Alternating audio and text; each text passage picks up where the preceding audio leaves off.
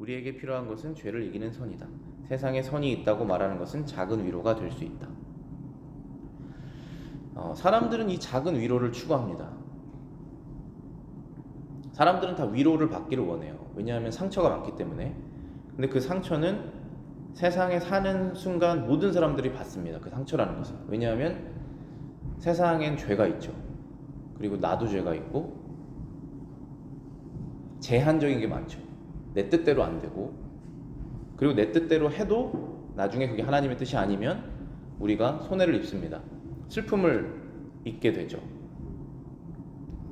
그렇기 때문에 모든 사람은 위로가 필요한 것이 사실이에요. 그런데 우리가 진정한 위로를 받으려면 죄를 이기는 선을 경험해야 돼요.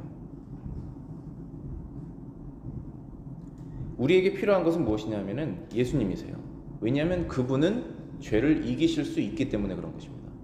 예수님의 말씀이 필요합니다. 왜냐하면 그분은, 그의 말씀은 우리에게 생명을 주기 때문에 그런 거예요. 우리에게 필요한 것은 그 세상이 주는 작은 위로가 아니에요. 우리가 필요한 것은 예수님이 주시는 진정한 위로입니다. 그것이 필요한 거예요. 그런데 세상에서는 사람들에게 여러 가지 방식으로 위로를 줍니다. 저 사람은 지금 이거 필요하니까 이걸 줘야겠다. 저 사람은 지금 이 마음이 상했으니까 이 말을 해줘야겠다. 하는데 그것이 하나님과 상관이 없다면 작은 위로를 받을 수는 있지만 결국은 허무하게 지나갑니다. 그러나 죄를 이기는 선은 하나님의 창조적 능력의 도입을 필요로 한다. 그러니까 우리가 필요한 것은, 그리스도인이 필요한 것은 하나님의 창조적 능력의 도입이 필요한 것이에요. 그것은 무엇이냐면은 내 마음속에 없는 선을 창조하시는 것입니다. 내 마음속에 없는 회개하는 마음을 창조하시는 거예요. 내 마음속에 없는 이타적인 마음을 창조하시는 거예요. 내 마음속에 하나님을 살고자 하는 진정한 마음을 창조하시는 거예요. 우리는 없어요. 근데 하나님께서 창조하시면 그것이 생깁니다. 무에서 유를 창조하시는 거예요. 우리는 그게 필요한 거예요. 그 창조적 능력이 기적에 의해 현저하게 드러나는 것이다. 기적이 없다면 신약 성경은 더 믿기 쉬울 것이다. 그러나 기적이 없다면 우리에게 선생이 있게 되지만 기적이 있으면 우리에게 구원자가 있게 된다. 창조적 능력이 하나님께서 창조하실 수 있는 분이시다라고 하는 그 사실이 신약 성경에 예수님께서 기적을 행하시는 것을 통해서 사람들이 알게 된다는 거예요. 예수님께서 기적을 행하시는 걸 보고 하나님은 기적을 행하실 수 있는 분이시구나. 성경에 많은 기록들이, 기적에 대한 기록이 있잖아요. 구약 성경부터 신약 성경까지. 그것을 읽으면서 하나님께서 원하시면 자연의 질서를 넘어서는 초자연적인 일을 하실 수 있는 분이시구나. 그렇기 때문에 창조를 하실 수 있었던 것이구나 라고 우리가 이해를 하게 된다는 것입니다. 근데 만약에 성경에 기적이 기록되어 있지 않다면, 그러니까 하나님께서 기적을 기록하실 수도 있고 기록하시지 않을 수도 있지 않았겠습니까? 근데 성경에 기록된 것은 다 우리의 영혼에 유익되기 때문에 기록에 남겨져 있는 것이에요. 우리가 그렇게 항상 바라봐야 됩니다. 하나님께서 우리에게 좋은 걸 주시길 원하시니까. 그런데 성경에 기적이 기록되어 있지 않다면 더 많은 사람들이 신약 성경을 믿었을 것이다 라고 생각하는 사람들이 있어요. 그런데 성경을 더 믿기 쉬운다는 것은 맞을 수도 있으나, 그러나 기적이 없다면 예수는 우리에게 단순한 선생이겠지만 기적이 있기 때문에 우리는 예수님이 구원자라는 것을 알게 된다라는 것입니다. 왜냐하면 여러분과 저에게는 죄를 이기는 선이 필요한데 우리는 그것이 없기 때문에, 그것을 창조해 내셔야 되기 때문에 하나님께서, 우리는 만들어낼 수가 없습니다. 하나님께서 주셔야 되는 거예요. 없는 것을. 그 창조의 능력을 우리는 의지한다는 것입니다. 사랑도 마찬가지예요. 제가 부부 상담하면은 사랑해야 한다, 그게 성경에서 말씀하시는 내용이다. 그러면 사랑이 없는데 어떻게 사랑합니까? 이게 거의 나오는 똑같은 주제예요. 그럼 구해라라는 것입니다. 하나님께 없는 사랑을 만들어 주신다는 것입니다. 하나님께서. 그런데 사랑해야 한다는 것을 알아야지 구하죠. 그럼 누가 안 구합니까? 사랑해야 된다는 것을 인정하지 않은 사람이 구하지 않는 것입니다. 회개하지 않은 거예요. 회개하는 마음을 하나님께서 주시면 사랑을 구하게 되고, 그럼 없는 사랑을 만들어내시는 것입니다. 그게 하나님이 하시는 일이세요. 저와 여러분들 이거 매일 필요한 우리의 영적인 그 기도 아닙니까? 열심, 사랑, 지혜, 선함, 공평함, 하나님을 목적을 하는 삶 없지 않아요. 구하면 주신다는 것입니다.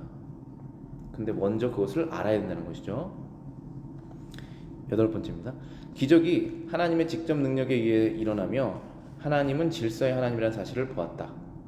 기적이 하나님께서 직접 하시는 것이고 그 기적에는 임의성이 없고 항상 meaningful하다는 것이죠. 그리고 질서가 있다라는 것까지 우리가 봤습니다. 따라서 기적의 목적이 밝혀진다면 기적의 증거는 훨씬 더 강력해질 것이다. 달리 말하면 하나님께서 왜 그 기적을 하셨는지에 대한 그 목적을 우리가 이해한다면 그 기적이 일어났다는 것을 훨씬 더 잘 믿을 수 있을 것이다. 바로 이거예요. 저는 이 말이 너무나 진리라고 생각해요. 하나님께서 그 일을 왜 하셨을까? 라는 것을 생각해 봐야 그 일을 우리가 믿게 됩니다. 더 잘. 그냥 맹목적으로 믿는 게 아니에요. 우리는 처음에는 맹목적으로 믿을 수 있어요. 어렸을 때는, 신앙이 어렸을 때는. 그러나 시간이 지나가면서 하나님께서 그 일을 왜 하셨는지를 알게 되면서 더 그 일이 확실하게 다가오고 그 일이 없으면 안 되는 쪽으로 가게 됩니다. 오히려. 자, 그러면은 우리는 성경의 기적의 적절한 목적을 어렵지 않게 발견할 수 있다. 목적이 뭘까요? 기적의 목적은 죄의 정복이다. 죄를 정복하시는 것이에요. 우리가 예수님 빼면 죄 자체잖아요. 우리를 정복하신 거예요. 예수님이 내 마음에 들어오셔서. 그럼 우린 정복됩니다. 그럼 그때부터 의로운 삶을 살기 시작하는 거예요. 9번째입니다. 따라서 초자연성을 받아들이려면 죄에 대한 유죄 선고를 받아야 된다. 먼저 이게 시작이에요. 내가 하나님 앞에서 유죄 선고를 받았구나 라는 것을 받아들여야지, 깨달아져야지 그때부터 초자연성이라는 것을 받아들이게 된다는 거죠. 즉 유죄 선고를 모르고 하나님의 초자연적인 행동의 필요성을 이해할 수 없다. 그러니까 우리가 회개하지 않았을 때 우리의 모습을 보면은, 그러니까 예수님께서 이 땅에 태어나셔야 되는 이유를 이해를 못해요. 왜냐하면 내가 하나님 앞에 지금 어떠한 상태로 있는지를 모르기 때문에, 하나님을 모르기 때문에 나를 모르는 것이거든요. 원래는. 그래서 하나님이 얼마나 거룩하신 분이시고 얼마나 이 죄를 미워하시는 분이라는 것을 알게 되면서 우리가 유죄 선고 내가 받았구나, 거기서 완전히 나자빠지는 거거든요. 이게 나 이제 진짜 죽었다. 그때에 회개를 하게 되는 것이에요. 그러니까 인류애적 봉사에, 그러니까 내가 어떤 사람들에게서 넌 좋은 사람이야 라는 말을 얼마나 많이 들었을지라도 그게 하나님 앞에서 아무 의미가 없다는 것을 완전히 깨닫게 되는 순간이 있거든요. 이건 완전히 소용이 없는 거였다. 그러면서 회개가 일어나고 유죄 선고를 받아들인 거예요. 내가 원래는 이 선고를 언제 받아야 되냐면은 죽었을 때 받습니다. 근데 그걸 미리 받은 거예요. 마치 죽은 사람처럼. 그게 은혜예요. 하나님의 은혜. 그때부터 그 사람 사는 거예요. 근데 이것이 일어나지 않으면 그 유죄 선고를, 이미 받아져 있는 유죄 선고를 언제 받느냐? 죽을 때 받죠. 그리고 이미 받았던 것을 그때 깨닫습니다. 그게 어디 성경에 나와 있냐면은 요한복음 3장 제가 읽어드리겠습니다. 여러분들 아주 좋아하시는 이 성경 구절이에요. 하나님이 세상을 이처럼 사랑하사 독생자를 주셨으니 이는 저를 믿는 자마다 멸망치 않고 영생을 얻게 하려 하심이니라. 자, 여기까지 잘 아시죠? 노래로도 우리가 배우잖아요. 그 다음 구절이 뭐냐면 하나님이 그 아들을 이 세상에 보내신 것은 세상을 심판하려 하심이 아니요. 그 2000년 전에 예수님께서 오신 것은 심판 때문에 오신 것이 아니에요. 저로 말미암아 세상이 구원을 받게 하려 함이라. 구원 때문에 오신 것입니다. 그런데 그 다음 18절이에요. 저를 믿는 자는 심판을 받지 아니하는 것이요. 자, 여기까지 우리가 알겠죠? 근데 그 다음 구절입니다. 믿지 아니하는 자는 하나님의 독생자의 이름을 믿지 아니함으로 벌써 심판을 받은 것이라. 믿지 않는 사람이 항상 하는 이 논리가 뭐냐면 예수님을 믿으면 죄인이 아니고 예수님을 믿지 않으면 죄인이냐, 이 얘기를 하거든요. 그게 아니라 예수님을 믿지 않은 너의 상태는 이미 죄인이다 라고 말하는 것이죠. 원래 태어났을 때부터 죄인이고 죄를 행해서 살았는데 예수님께로 가지 않았기 때문에 그대로 너의 상태가 유지된다라고 말씀하시는 것이죠. 믿지 아니함으로, 하나님의 독생자의 이름을 믿지 아니함으로 벌써 심판을 받은 것이라.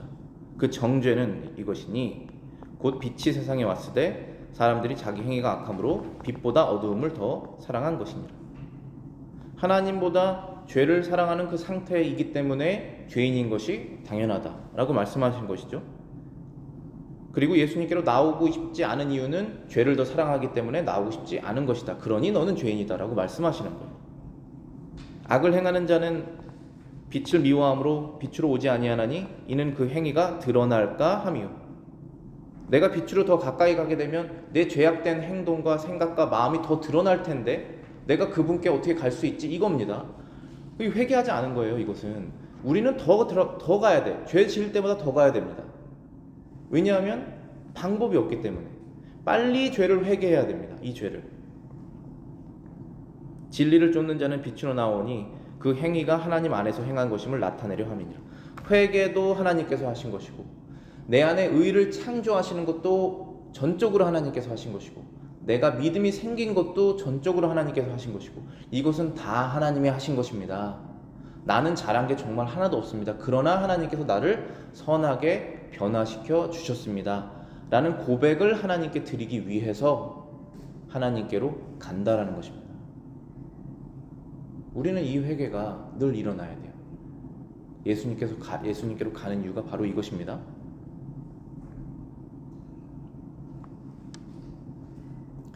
그게 바로 죄의 정복이에요. 예수님께서 오시면서 이제 죄가 완전히 정복되고 십자가에서 우리가 성화되는 과정 속에서 그 정복을 경험하게 되는 것입니다. 그래서 지금 유죄 선고 얘기하다가 여기까지 나온 것이죠. 9번에 이제 읽어보겠습니다. 그것을 모르고서 유죄 선고를 모르고 하나님의 초자연적인 행동의 필요성을 이해할 수 없다. 그러니까 예수님께서 하나님의 아들이시면서 사람으로 태어나셔야 되는 이유를 이해하지 못한다는 것이죠. 죄로 인한 찔림이 없이는 구속의 기쁜 소식이 쓸데없는 이야기로 들린다. 그러니까 쓸데없다라는 것은 할 필요 없는 일을 했다라는 것이죠. 예수님께서 하나님의 아들로서 태어나시고 그리고 십자가에서 모멸을 당하시면서 죽으신 그 일이 쓸데없는 일이다. 나는 필요 없다라고 생각한다는 것이에요.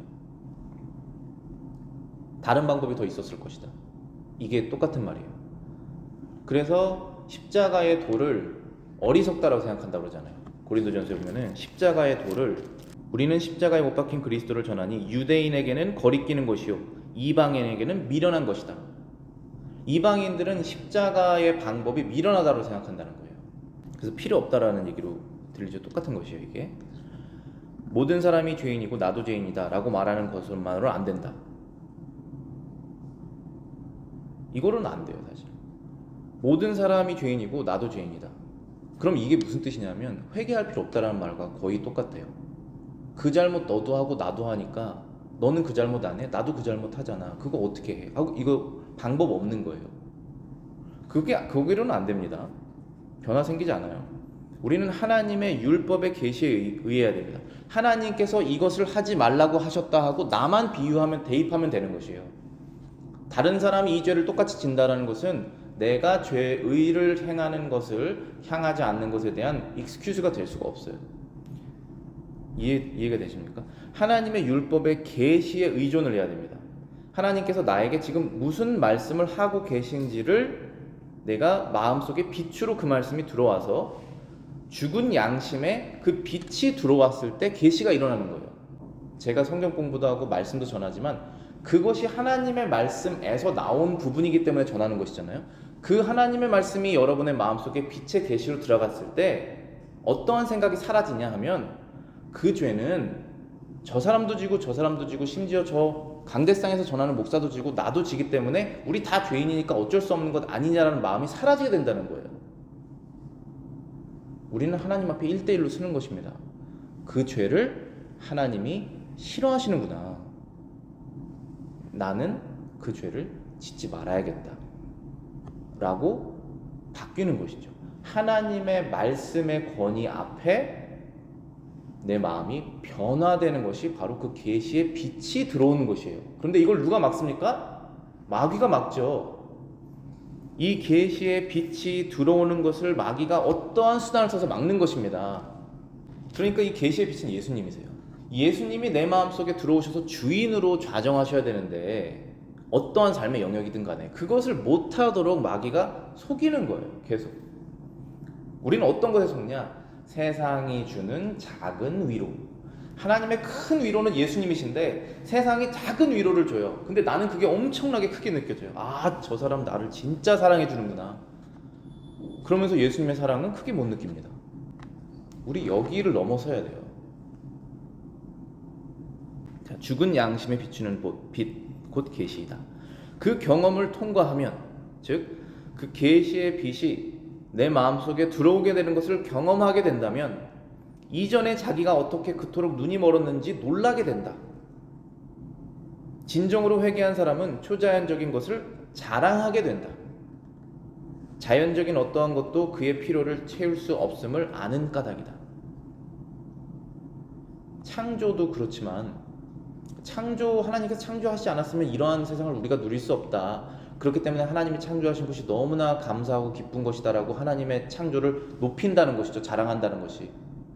똑같이 여러분의 마음속에 내 안에 예수님께서 주인으로 안 오셨으면, 그 하나님의 말씀이 내 마음을 깨우지 않았으면 나는 세상이 주는 그 작은 선, 인류의 애적으로 보이는 그 도덕적인 그 선들을 내가 경험한다고 해서 내 마음은 바뀌지 않았다. 나는 그것이 필요한 것이 아니다. 내 필요를 채우는 것은 세상에서는 채워지지 않는다. 물질로 채워지지 않는다. 그리고 원래는 물질인 사람은 원래 물질이잖아요. 하나님의 영 없이는. 그 사람이 말하는 하나님의 말씀과 관계없는 위로는 내 마음을 진짜로 채워주지는 못한다. 그것을 경험한 것입니다. 그래서 이 세상에서 구원자를 찾지 않는 것이에요.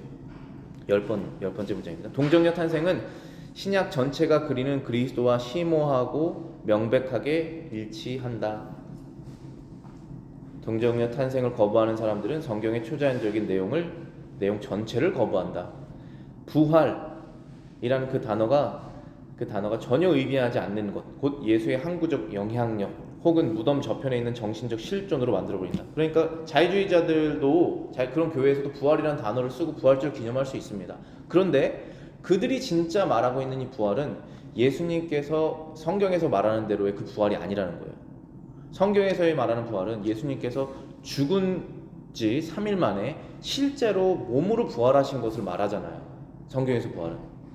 근데 그것은 자연적인 일입니까? 아니면 초자연적인 일입니까? 초자연적인 일이죠.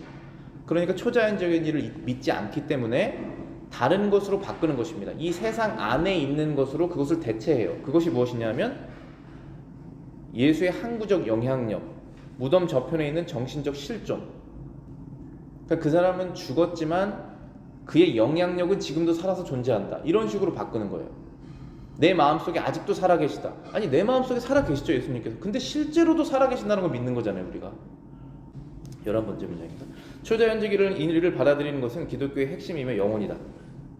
우리 요즘에 영혼 없다는 말 많이 쓰는데 진짜 이 영혼이에요. 이게 기독교를 여러분들이 교회를 다니시면서 교회 생활 하신다는데 영혼이 없으면 그것은 이 기적을 믿지 않기 때문에, 그것을 크게 받아들이지 않기 때문에. 그런데 초자연적인 일을 하나님의 자랑스러운 일로 받아들이게 되면 그것이 기독교의 핵심이고 영혼이라는 것입니다.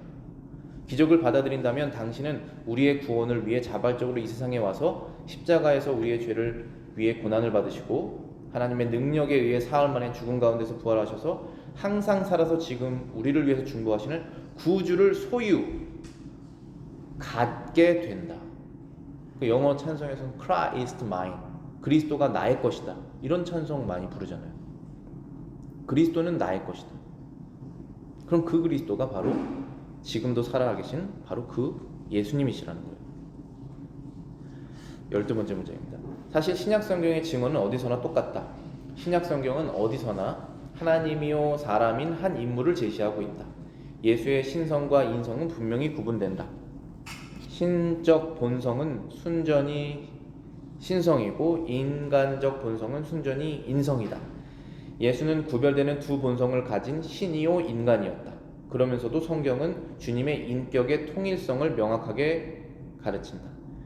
신이면서도 사람이신 세상에 태어난 사람 중에 유일한 분, 그분이 바로 예수님이시고, 그렇게 신이면서도 사람이 되셔야 되는 초월적인 일을 하나님께서 하셨어야 되는 이유는 항상 뭐죠? 기적의 목적은 뭡니까? 이걸 딱 기억하셔야 돼요. 이게 핵심이니까. 죄의 정복이다. 여러분과 저와 세상 죄를 정복하실 수 있는 유일한 방법이셨기 때문에 그 일을 행하신 것입니다. 13번째 문장입니다. 현대 자유주의 신학은 당연히 이 교리를 거부한다. 그 방법은 간단하다. 우리 주님의 모든 귀한 본성을 제거하는 것이다. 초자연적 요소들이 제거된 후에 남은 예수는 고작해야 매우 어렴풋한 인물이다. 그러나 성경의 예수는 참되다. 그는 사람이 사랑할 수 있는 진짜 인물이다. 모든 기독교 시대를 내려오면서 사람들은 그를 사랑했다. 이상한 일은 그를 역사의 페이지에서 제거하려는 모든 노력에도 불구하고 여전히 그를 사랑하는 사람들이 있다는 사실이다. 우리는 항상 종교적이기 때문에 어떤 사람을 마음속으로 숭배합니다. 그 사람을 따라가게 돼 있어요. 그런데 우리가 예수님을 숭배하면서 사랑하게 되면서 그분을 닮아가는 것이에요. 이 세상 사람들 중에 우리가 진정으로 의지하고 사랑할 수 있는 분은 바로 예수님이시다. 그분은 어렴풋한 어떠한 고대의 윤리적인 것을 가르치는 선생이 아니라 지금도 우리의 마음속에 그리고 실존적으로 살아계시는 바로 그 하나님의 아들이시면서 우리의 구원자로 태어나신 그분이시다 라는 것을 믿는 것이 기독교고, 그 신앙이 여러분의 마음속에 살아있는 한 여러분은 죄를 이기시는 것을 회개하고 생활이 변화되는 것이 계속적으로 발생하는 것을 경험하시게 될 것입니다.